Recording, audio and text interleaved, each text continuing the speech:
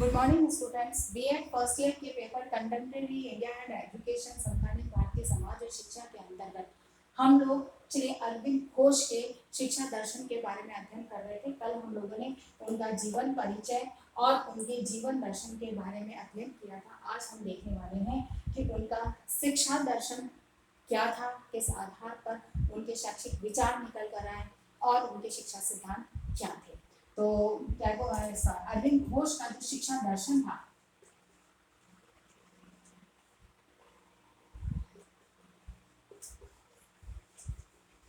शिक्षा दर्शन जो था इनका, वह सबसे मूल चीज इसमें थी, वह थी इनका आध्यात्मिक साधना।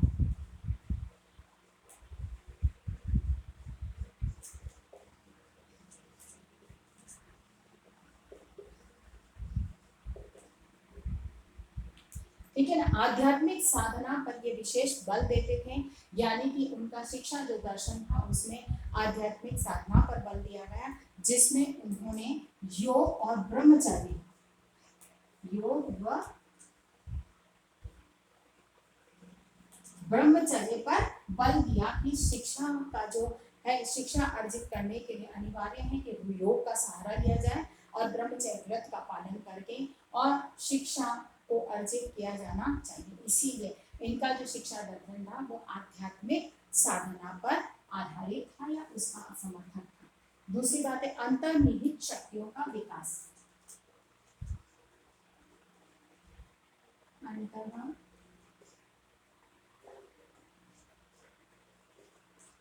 निहित शक्तियों का विकास। अरविंद घोष का कहना था कि शिक्षा का जो आधार है या शिक्षा वही है जो बालक की अंतर्निहित शक्तियों का विकास कर सके, अर्थात कि बालक में जो स्वयं पूर्व पहले से ही जन्मजात रूप से जो शक्तियां विद्यमान हैं उन शक्तियों का विकास होना चाहिए या उन्हीं शक्तियों का विकास किया जाए। वही जो है शिक्षा दर्शन है, शिक्षा का जो उत्तरदायित्व है या शिक्षा का कार्य है वह बालक में जो निहित शक्तियां हैं उनका विकास करना है। दूसरा है अंतःकरण के 4 तत्व बताए हैं, यानी कि अंतर्निहित शक्तियों के विकास की जहां बात करी है तो वो किसका विकास होगा, तो अंतःकरण के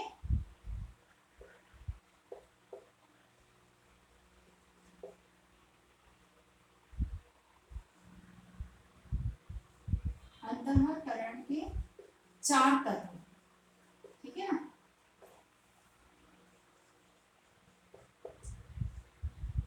अभी 4 तत्व कौन कौन से हैं? 4 है चित्त, दूसरा मनस, तीसरा बुद्धि और चौथा है ज्ञान। यानी कि व्यक्ति के अंदर अंतर्निहित शक्तियों में अंतःकरण के 4 तत्व उन्होंने बताए हैं, जिसमें पहला है चित्त, यानी कि व्यक्ति का अपना मन, उसका मानस, उसकी मतलब जो मानसिक जो उसका मानस, उसकी जो इच्छाएं हैं वो, उसकी बुद्धि और उसका ज्ञान। शिक्षा इन चारों तत्वों के विकास का या चारों तत्वों के उन्नति की जो है प्रक्रिया ही शिक्षा है, यानी कि शिक्षा का कार्य इनका विकास करना, इनका विकास ही शिक्षा है। अगर जो इनका विकास नहीं कर सकती, उसकी आंतरिक शक्तियों का अंतःकरण के इन 4 तत्वों का विकास नहीं कर सकती, वह शिक्षा नहीं, और जो कर सकती है वही शिक्षा है, वह उनका शिक्षा दर्शन का अगला है स्वयं आंतरिक विकास की ओर उन्मुख होना। स्वयं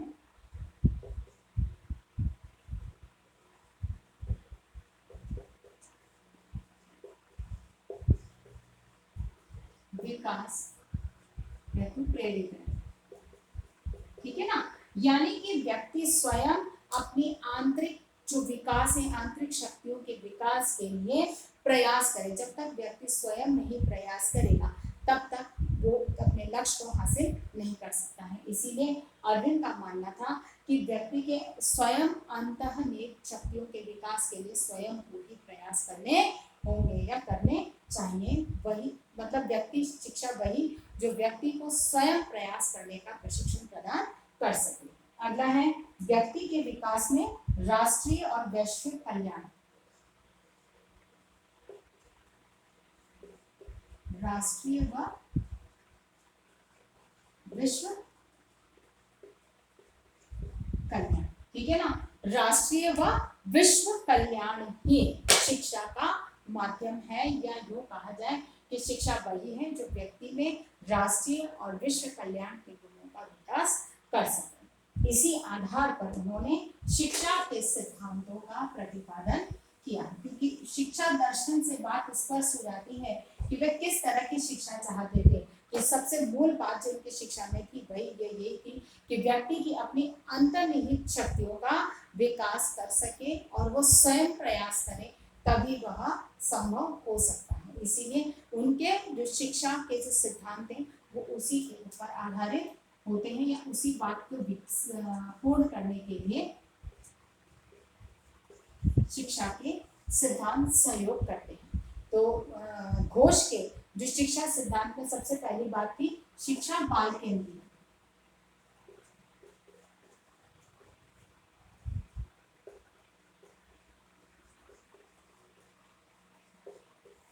शिक्षा बाल केंद्रित हो क्योंकि स्वयं करे, अपनी अंतर्निहित शक्तियों के विकास के लिए, अपने अंतःकरण के चरों के विकास के लिए, तत्वों के विकास के लिए वो स्वयं प्रयास करें। वो कब होगा? जब शिक्षा बाल केंद्रित होगी, तभी वह स्वयं विकास कर सकेगा, अन्यथा विकास की प्रक्रिया में बालक सहयोग नहीं कर सकेगा।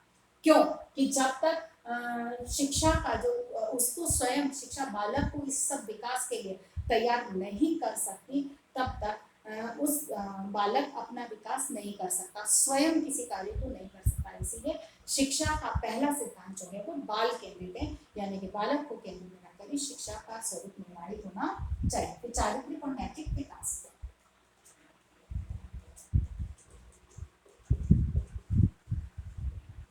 चारित्रिक और नैतिक विकास, व्यक्ति के चारित्रिक और नैतिक विकास भी शिक्षा का अगला सिद्धांत है। यानी कि शिक्षा जो है वह ऐसी जो बालक के चारित्रिक और नैतिक गुणों का विकास कर सके, उसको नैतिक किस तरह से उनका पालन करना है और इनके पालन से उसे किस प्रकार के लाभ की प्राप्ति होगी। जब इन चीजों का ज्ञान होता है तो बालक स्वतः ही उन गुणों को अपनाने लगता है। तो शिक्षा का जो अगला सिद्धांत है वो यही है कि वह इस तरह से कार्य करे कि बालक के नैतिक और चारित्रिक गुणों का विकास हो सके। फिर रोचकतापूर्ण शिक्षण,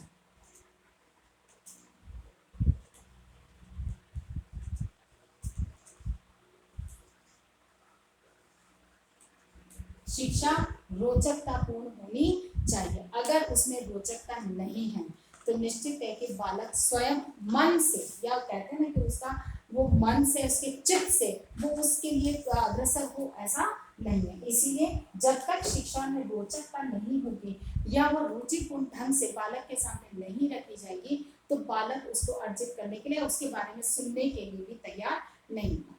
बालक को स्वयं प्रेरित करने के लिए, स्वयं तैयार करने के लिए आवश्यक है कि शिक्षा का स्वरूप जो हो वो इस तरह से हो कि वो बालक को स्वतः ही रुचिकर लगे।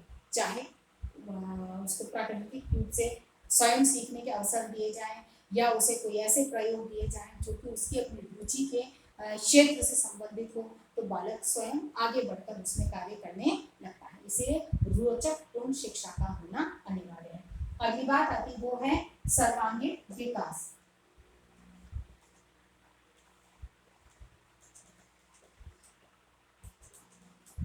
सर्वांगीण विकास, इसको समझाने की आवश्यकता नहीं है कि शिक्षा वह जब बालक का सर्वांगीण विकास कर सकती हो। अगर शिक्षा बालक का सभी क्षेत्रों में हर तरह का विकास नहीं कर सकती तो वह शिक्षा अनुपयोगी है। इसीलिए शिक्षा वही जो सर्वांगीण विकास कर सके। धार्मिक व आध्यात्मिक विचारों का स्थान, धार्मिक व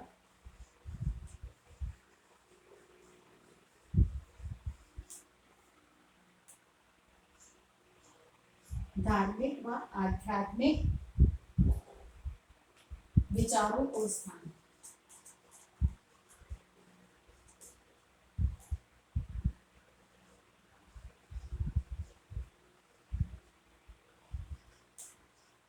यानी कि शिक्षा के अंदर धार्मिक और आध्यात्मिक विचारों को स्थान दिया जाना चाहिए। इसका अर्थ ये नहीं कि किसी धर्म विशेष की जानकारी दी जाए, बल्कि इसका अर्थ यह है कि बालक को धार्मिक जो धर्म की विशेष मूल सामान्य सी बातें हैं, किसी धर्म विशेष या घटना विशेष का ज्ञान न देने के बजाय एक सामान्य जो आवश्यक है उसके जीवन में नैतिक और चारित्रिक गुणों के विकास के लिए, उसके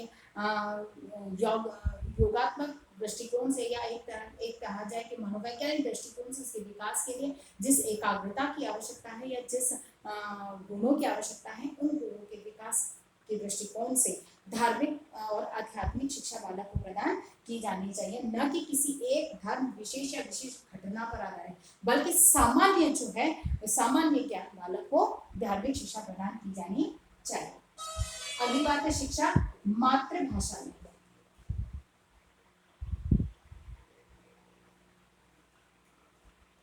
मातृभाषा में शिक्षा, ये बात सभी दार्शनिकों ने कही है कि शिक्षा का माध्यम मातृभाषा होना चाहिए।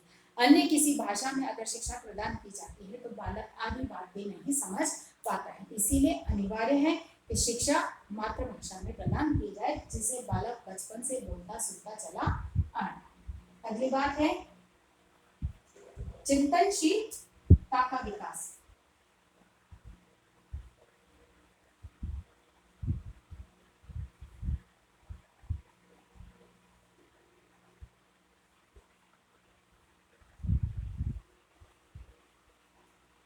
चिंतनशीलता का विकास यानी कि शिक्षा वह जो बालक के चिंतन करने की क्षमताओं का विकास कर सके, क्योंकि जब तक किसी तथ्य, कभी किसी सूचना, इसमें बार बार ये कहा गया है कि बालक स्वयं सीखे, तो स्वयं कब सीख पाएगा? जब उसमें चिंतन करने की क्षमताएं होंगी, वो उससे संबंधित प्रश्न कर सकता होगा। क्यों, क्या, कैसे के प्रश्न जब तक उसके मन में नहीं उठेंगे तब तक वह किसी हल को, समाधान को ढूंढेगा नहीं। इसीलिए वो कब उठेंगे? जब उसमें चिंतन करने की क्षमता होगी। तो इसी क्षमता के विकास के लिए शिक्षा का निर्माण या शिक्षा प्रदान की जानी चाहिए।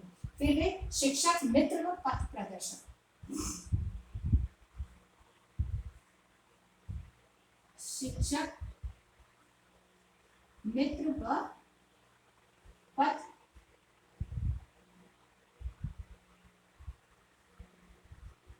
प्रदर्शक, ठीक है ना। शिक्षक कैसा हो? वह मित्र हो, यानी कि छात्र के साथ मित्रवत व्यवहार करें और उसे केवल पथ प्रदर्शक की तरह निर्देशन प्रदान करें, न कि अपने विचार, अपने कार्य, अपनी योजनाएं उसके ऊपर थोपे, बल्कि उसे केवल मार्गदर्शन प्रदान करें कि अमुक कार्य ऐसे किया जा सकता है, या प्रश्नों के माध्यम से उसका प्रदर्शन कर सकता है कि इस चीज में आपको ये चीज कहाँ दिखाई दे रही है, ये कैसी आकृति की है, इसका रंग कैसा है। अगर इस तरह के प्रश्न अगर किए जाते हैं तो बालक का ध्यान उस तरफ केंद्रित होता है। अर्थात यहाँ पर शिक्षक एक मित्रवत व्यवहार करे और एक पथ प्रदर्शक की तरह बालक के साथ करे। आत्मा अभिव्यक्ति।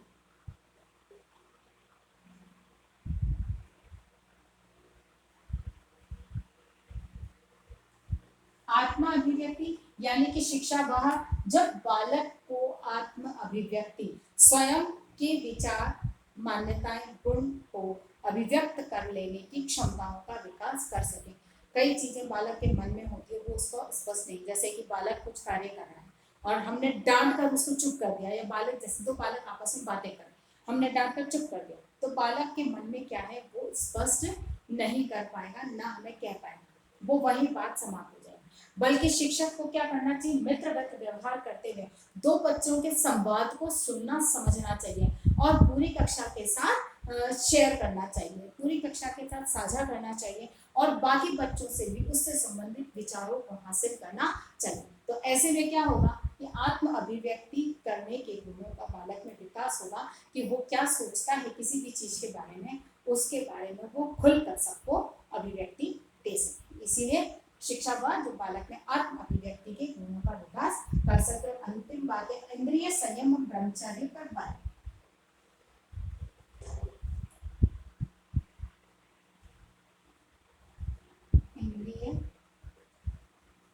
संयम व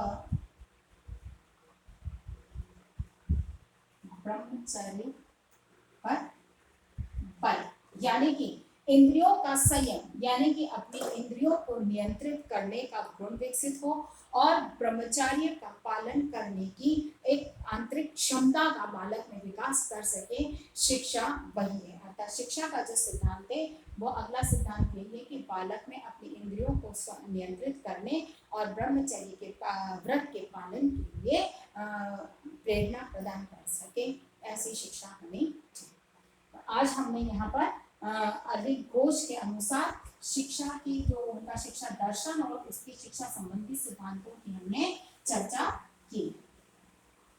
तो आज का आपका प्रश्न यही होगा, है ना?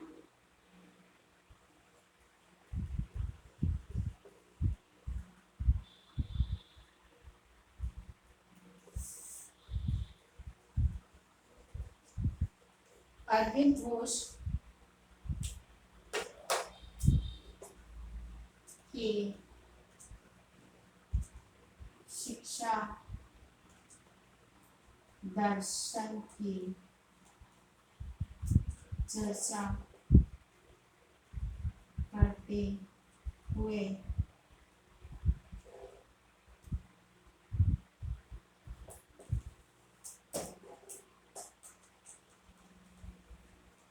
व्याख्या करते हुए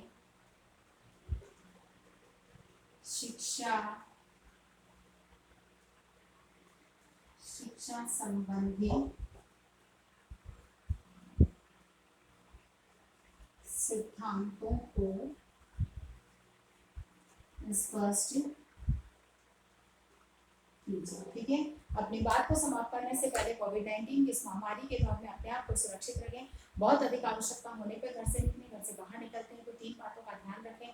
मुंह पर मास्क लगाएं, सोशल डिस्टेंसिंग का पालन करें, अपने हाथों को सैनिटाइज करते रहें। स्वस्थ रहें, सुरक्षित रहें। धन्यवाद।